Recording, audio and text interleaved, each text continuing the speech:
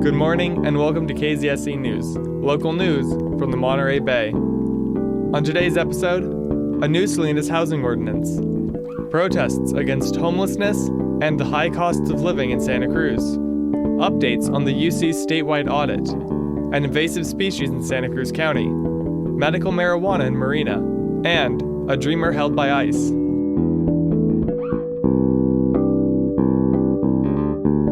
Housing is one of LandWatch's top priorities, and they want their members to know about their strong support for the City of Salinas' plan to update its inclusionary housing ordinance.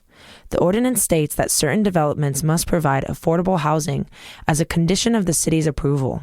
Along with the Monterey Bay Economic Partnership, the LandWatch Monterey County recently submitted a letter in support of the city's efforts to update the ordinance with the aim of making more housing opportunities for residents of all income levels. With housing costs so steep, let 'em sleep, let 'em sleep, let 'em sleep. On Tuesday, May 9th, following the City Council meeting that went over the results of the 6-month homelessness study, local activists gathered to protest and address the recently installed cyclone fencing that now surrounds the post office in downtown Santa Cruz and was installed to prevent people without homes from sleeping on the grounds.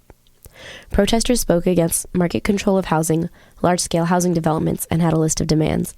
The following is audio from one of the organizers during the protest. We need to move towards decommodified housing. We seem to all agree. But the first step towards that is making immediate demands right now. We need an immediate rent freeze to stop the skyrocketing rents. We need to end the inhumane sleeping ban. It's killing Santa Cruzans daily. We need to take our city back. And we need to move towards affordable housing and shelter for all Santa Cruzans. Protesters expressed discontent over the criminalization of poverty, insufficient governmental action to provide for homeless people, and sleeping as a human right. There's like upwards of 2,000 homeless people here in Santa Cruz County, and the city provides less than 20% with actual housing in a shelter. And they still think that it's okay to harass and arrest and ticket people who are trying to sleep on the street, which is a human necessity to survive. In any prison, this would be considered torture. Some housed people joined the houseless that night in front of City Hall.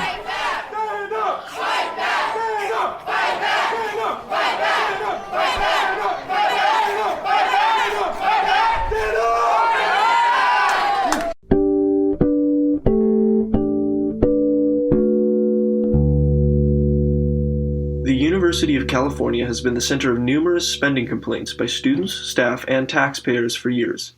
But the tension has become palpable in the wake of a recent audit by two California lawmakers, Assemblyman Phil Ting and Kevin McCarthy, which found a hidden reserve of $175 million. The audit also reportedly found unusually high salaries for employees working in the office of the president, Janet Napolitano.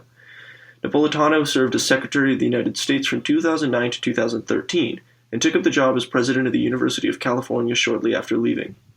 Amongst her initial agendas coming into office, more transparency and more responsible spending. Since then, Napolitano has also called for the first increase in tuition rates and fees in 6 years for UC students, by adding over $300 to the current $12,300 price tag. Meanwhile, the recent audit found that 10 executives in the president's office were paid $3.5 million in total for the 2014 to 2015 fiscal year.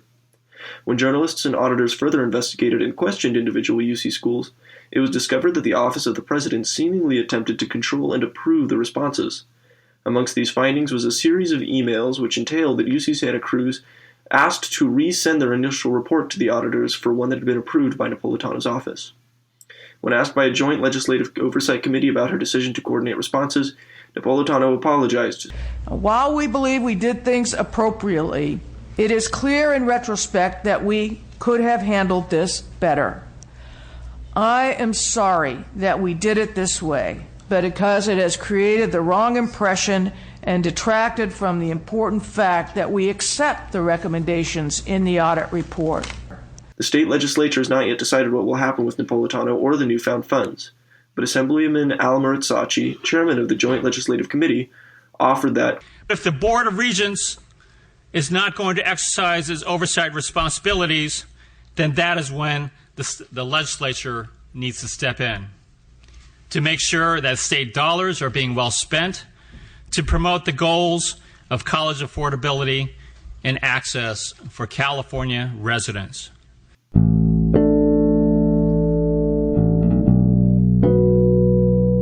On May 8th, the San Lorenzo Valley Water District Board of Directors approved a plan to get rid of the invasive French broom, an upright evergreen shrub species in the Olympia watershed. French broom is a threatening endangered species, which the San Lorenzo Valley Water District is trying to protect. The French broom are super blooming in the Olympia watershed because of the intense storms and rainfall that have been happening this year. Brian Lee, the San Lorenzo Valley Water District manager, says that if they don't get rid of the French broom plants, there will be a new massive seed bank that could severely threaten native endangered species. Lee says that they must cut the French broom plants immediately as approved by the U.S. Fish and Wildlife Service. Their plan is to first use the cut stump method, but not within 48 hours of forecasted rainfall, to all of the plants for complete eradication so that a new bloom-generated seed bank will not be produced. The cut stump method consists of applying about 4 gallons of diluted glyphosate herbicide to each French broom stump. They are not going to be spraying the herbicide on the plants, but rather using a sponge applicator tool. And the herbicide will not contaminate the district's water source because it breaks down from sunlight within 48 hours. In addition, Monsanto products are banned, and the glyphosate product that is chosen will not include additional ingredients. The next part of the plan, which will take about a year, is working with the U.S. Fish and Wildlife Service to acquire a permit for the district to further pursue other eradication methods like directly pulling out the plants. Lastly, the French broom eradication science-focused task force will evaluate the use of herbicides, the best way to protect species, and more issues regarding the watershed.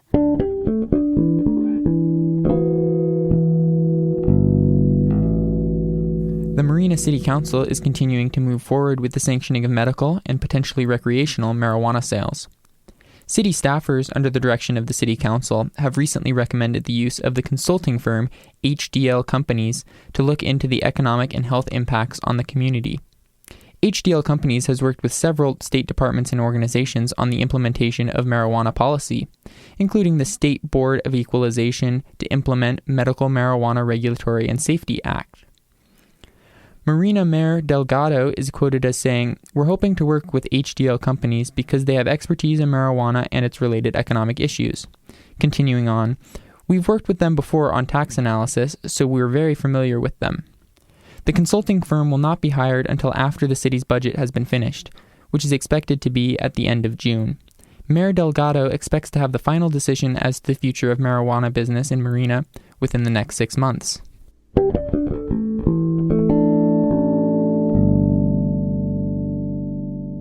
Juan Manuel Martinez, a dreamer, which is a student provided with temporary residency through Deferred Action for Childhood Programs, or DACA, a program created under the Obama administration, had been sentenced to deportation.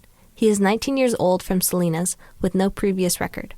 Martinez was originally arrested on March 2nd and charged with drug possession on jail grounds when police found marijuana and meth in his car while he was driving a friend to prison. He pleaded no contest to trespassing and was supposed to be released after time served, but U.S. Immigration and Customs put a hold on him.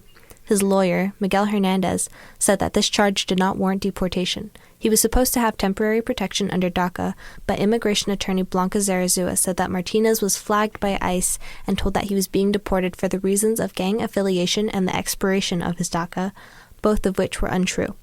After his bond hearing on May 3rd, Martinez was released from ICE custody at Monterey County Jail. Sheriff Steve Bernal explained that ICE's reason for holding him were due to an error in the clarity of a form inmates are asked to fill out, and ICE's mistake of reporting his DACA as expired. Bernal says he was one who slipped through the cracks and it was a one-time thing. Zarazua says that this case shows the risk that dreamers are facing under the Trump administration, and it shows the Monterey County Sheriff's cooperation with ICE policies and federal authorities.